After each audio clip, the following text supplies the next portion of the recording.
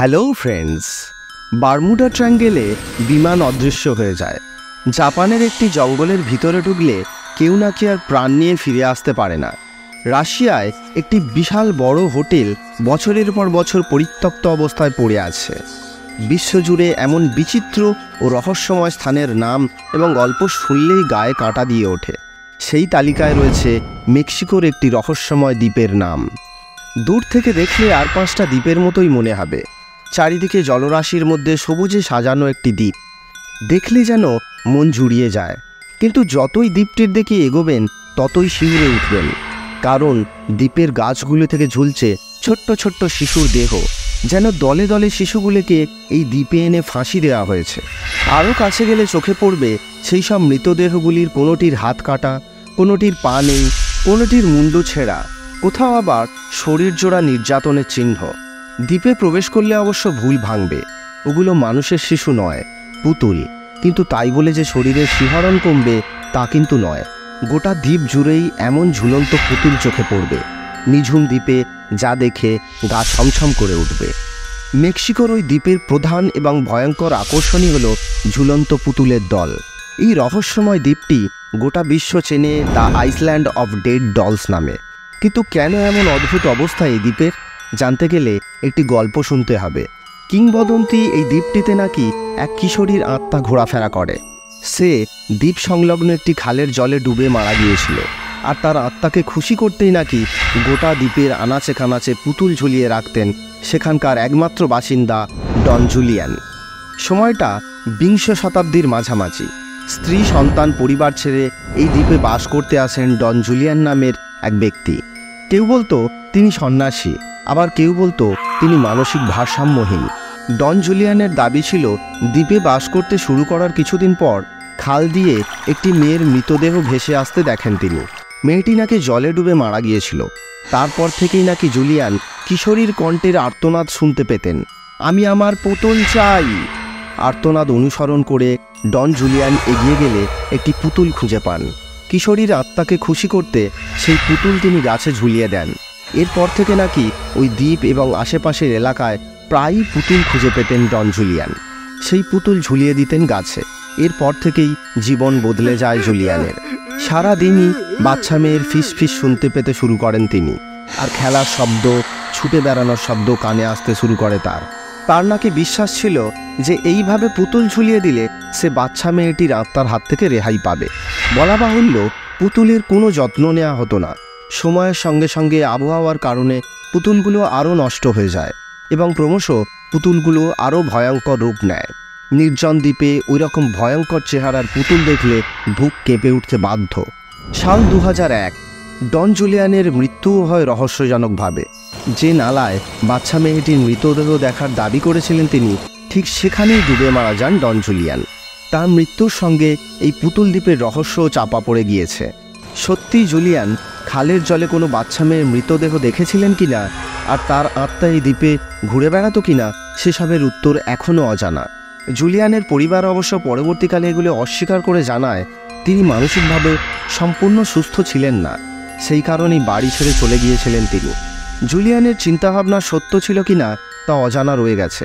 তবে এই দ্বীপ সত্যিই রহস্যে ঘেরা। মেক্সিকোর পুতুল দ্বীপ এখন পর্যটকদের কাছে খুবই জনপ্রিয়। অসংখ্য পুতুল ছাড়াও এই দ্বীপে একটি জাদুঘর রয়েছে, যাতে দ্বীপ সংক্রান্ত প্রকাশিত সমস্ত খবরের কাগজের ক্লিপিং যত্ন করে রাখা আছে। জুলিয়ানের সেই প্রথম পুতুলটিও সংগ্রহ করে রাখা রয়েছে এখানে। অনেক পর্যটকই ওই বাচ্চা মেয়ে এবং জুলিয়ানকে সম্মান জানাতে সঙ্গে করে পুতুল নিয়ে এসে দ্বীপের গাছে ঝুলিয়ে দেন। রহস্যময় এই পুতুল দ্বীপ আমেরিকান টেলিভিশন চ্যানেলে ঘোস্ট অ্যাডভেঞ্চার নামে এক তথ্যচিত্রে দেখানো হয়েছিল। বাই দ্য ওয়ে বন্ধুরা, আজকের ভিডিওটি কেমন লেগেছে কমেন্টে জানিও। আর যদি ভালো লেগে থাকে তাহলে প্লিজ লাইক করে দিও আর চ্যানেলটিকে সাবস্ক্রাইব করো।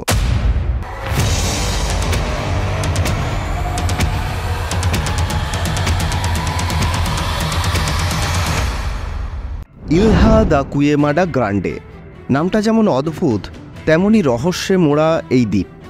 দক্ষিণ আটলান্টিক মহাসাগরের মাঝে বুক চিতিয়ে দাঁড়িয়ে রয়েছে এই দ্বীপটি। ব্রাজিলের সাও পাওলো থেকে প্রায় 150 কিলোমিটার দূরে এই দ্বীপে কেউ পা রাখার সাহস দেখায় না। সরকারও এই দ্বীপে মানুষের প্রবেশ নিষেধ ঘোষণা করেছে। এর পিছনে কারণ জানলে শিউরে উঠবেন।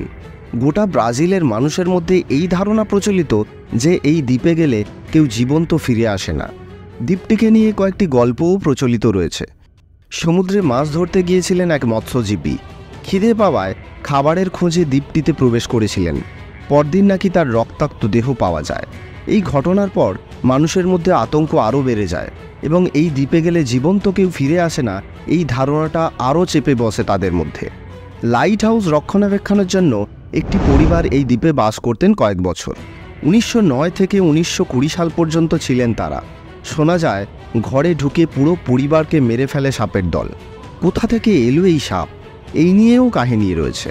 শোনা যায় জলদস্যুরা লুট করা সোনা এই দ্বীপে লুকিয়ে রাখত।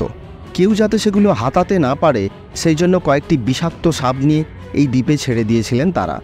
সেই সোনার লোভে বারবার সেখানে গিয়েছে মানুষ, কিন্তু শোনা যায় তারা কেউই ফেরেনি। তারপর এই সাপের বংশবৃদ্ধি হতে থাকে। কয়েকটি সাপ থেকে কয়েক হাজার সাপে ভরে যায় গোটা দ্বীপটি।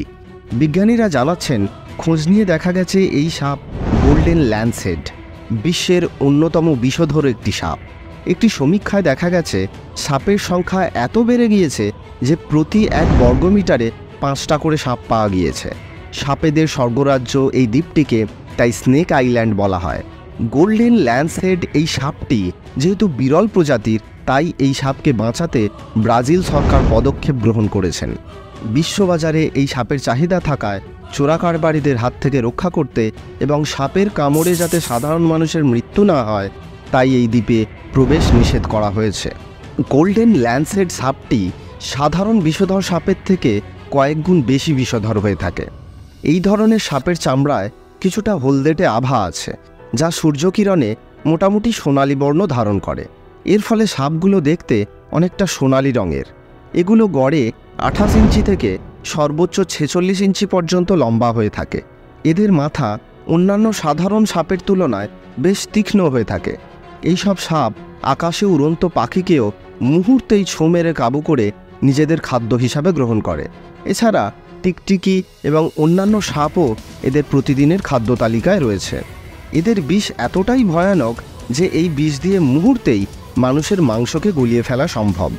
সাধারণত এই সাপের বিষ মানুষের শরীরে প্রবেশ করার মাত্র 30 মিনিটের মধ্যেই মানুষটি মারা যায়।